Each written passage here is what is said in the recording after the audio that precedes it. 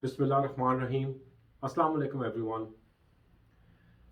The year 2022 will always be remembered for two things: the Russian war with Ukraine and FIFA World Cup hosted by Qatar. Qatar, the desert country.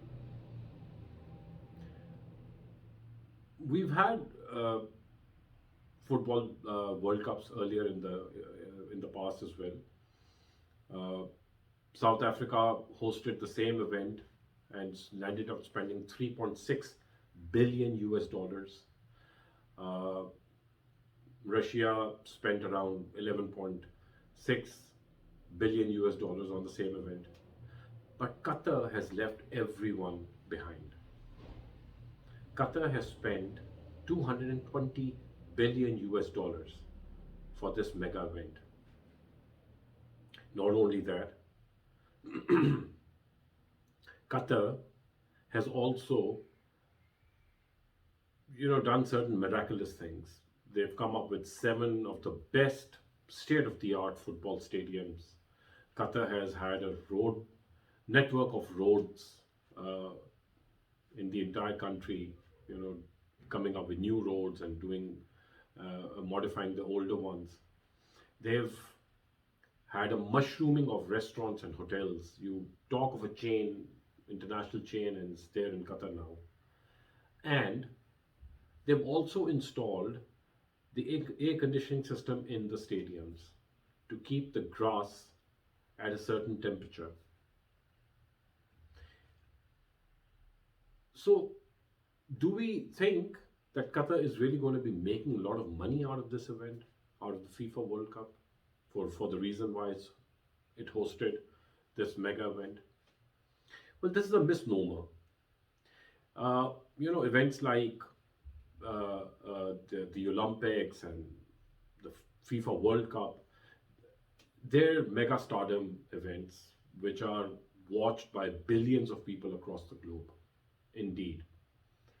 But the hosting country lands up spending a lot of money on the infrastructure, on the transportation, on hosting the guests, and all other paraphernalias and other expenses attached to it.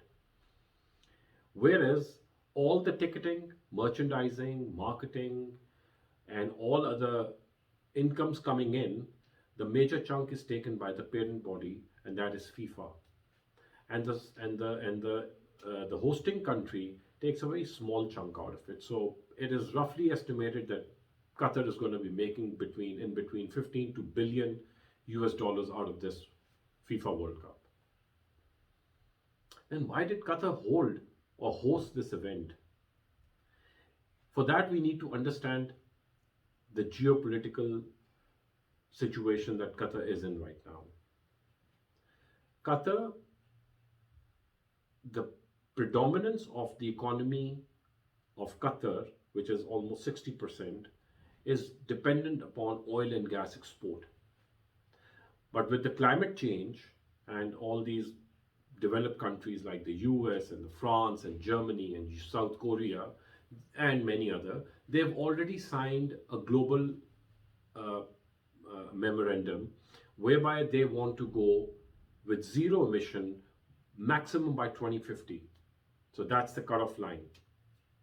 So Qatar needs to have another source of revenue. Why? Because by 2050, Qatar is looking at a 71% dip in their GDP. That's a big down in their GDP. That's point one. Secondly, if we were to look at Qatar on the map, you'd see that the neighbors are not very hospitable. They have Saudi on one side, then UAE, Bahrain, and Egypt.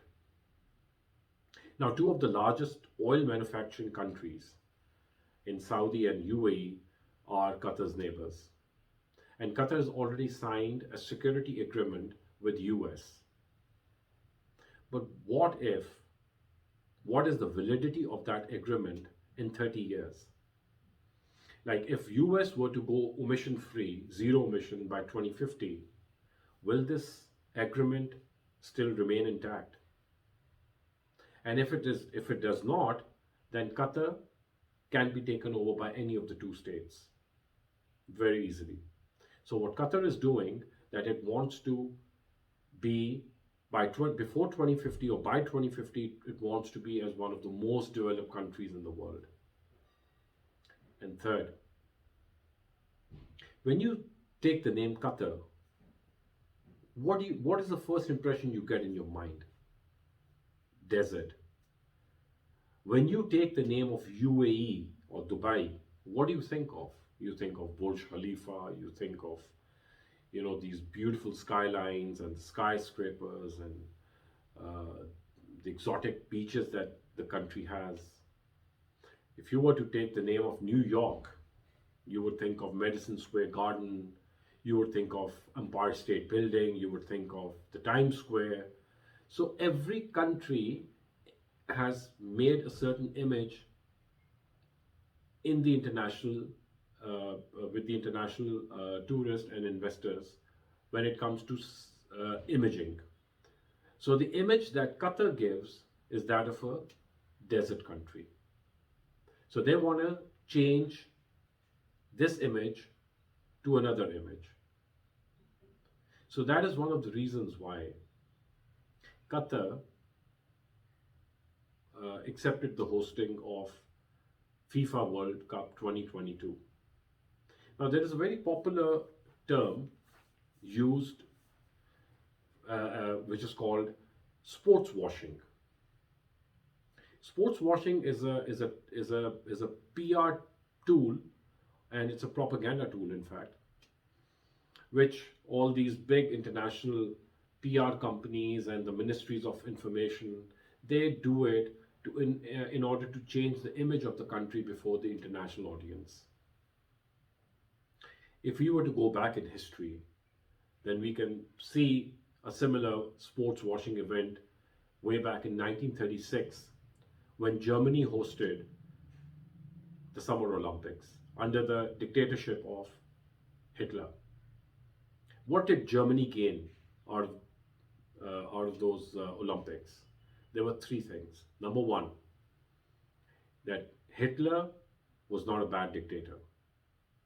He was a tolerant dictator. And all these, that was point number one. Number two, that Germany had progressed and was out of the very deep-seated recession the country was going through for the last almost 10, 12 years, had come out of that recession and was on its way towards progress. And they wanted to show it to the world.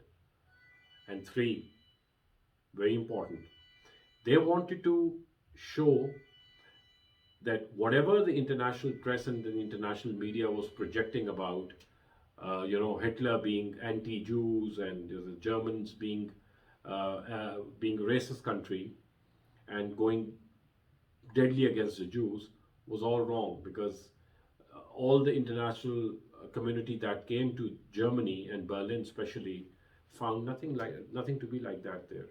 So they found out that Germany and the Germans were a very, very hospitable nation, and that is the projection what Germany got in the international arena.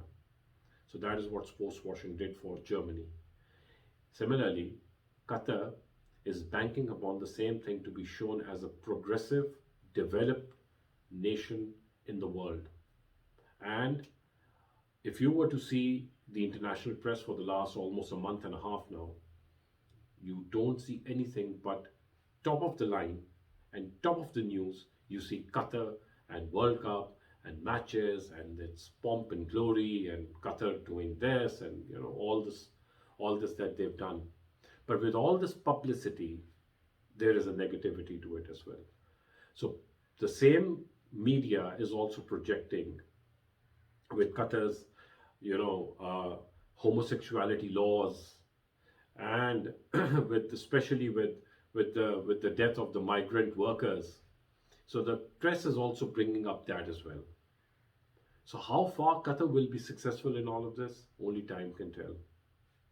Secondly, Qatar has played very smart. They have given a 10-year exemption in the income tax. They've done away with some of the most rigid import duties that Qatar was having earlier. on certain raw materials. There are complete exemptions on that as well. And Qatar has come up with another brilliant thing that they are going in with uh, foreign joint land ventures. So with this, they're inviting the investors and the international bankers and the investors that they're who are already there watching these matches, that Qatar is no less than what Dubai is, and Qatar is the future to investment. And with this policy, Qatar is looking to get a massive investment coming into the country between the next 5 to 7 years. And last but not the least, Qatar has come up with a Qatar Investment Authority. It's called QIA. Now, this QIA basically is the authority that will be, uh, you know, doing the entire due diligence across the globe, and they will be coming up with certain most lucrative properties and investment opportunities and businesses where the Qatari money is going to go and be parked for future. Qatar already has a massive investment in the UK skylines. Like they own 34% of the skylines in UK, whereas the king of UK himself, King Charles, has just 21% share. Qatar has massive shares in St. Petersburg Airport, Heathrow Airport. They have shares in Shell, they have shares in Volkswagen, they've got shares in multiple businesses. So, why is Qatar doing all of this? The reason why they're doing it, again, is to make their presence felt in these countries. And by investing in such properties and businesses, you look at making an influence in the government formation in future. So this is how Qatar is placing itself on the global map. What they're predicting for themselves is 30 to 60 years ahead.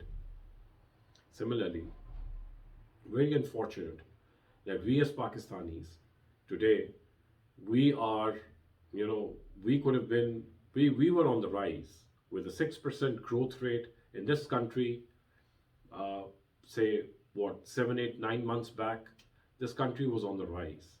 But today, this country with a -4% overseas investors' confidence, where have we brought this country to? And what exactly are we eyeing in the next 20 to 30 to 40 years? This is something we need to think about as a nation. But kudos to Qatar and to all their policy. But how far will they be successful? Only time will tell. Until we meet again, Pakistan Zindabad.